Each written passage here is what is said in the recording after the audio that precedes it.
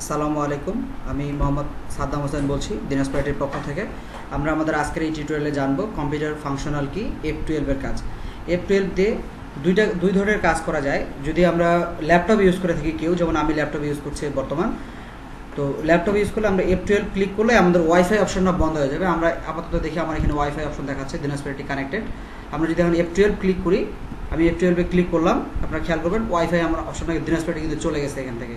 আমি যদি আবারও F12 ক্লিক করি তাহলে আমার F12টা ফেরত চলে আসবে, অর্থাৎ আমার ওয়াইফাইটা চলে আসবে আবার। দেখেন আমার দিনাজপুর লিমিটেড অ্যাক্সেস, দেখা কিছুক্ষণের মধ্যে দেখবেন আমার দিনাজপুর যারা আমার কানেক্টেড চলে আসছে। এটা হলো যারা ল্যাপটপ ইউজ করছে তাদের জন্য।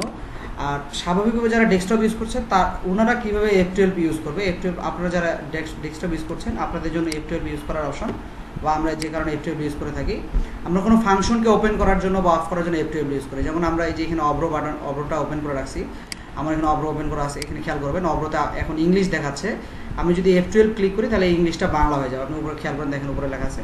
কিন্তু এখানে ল্যাপটপের ক্ষেত্রে আমাকে FN চাপ দিয়ে F12 বাটনে ক্লিক করতে হবে। আমি যে FN বাটনে ক্লিক করে F12 ক্লিক করলাম, দেখেন আমার বাংলা চলে আসলো। আমি যদি আবারও একই কাজ করি, অর্থাৎ FN ক্লিক করে আবার F12 ক্লিক করি, তাহলে দেখবেন আবার ইংলিশ হয়ে যাবে।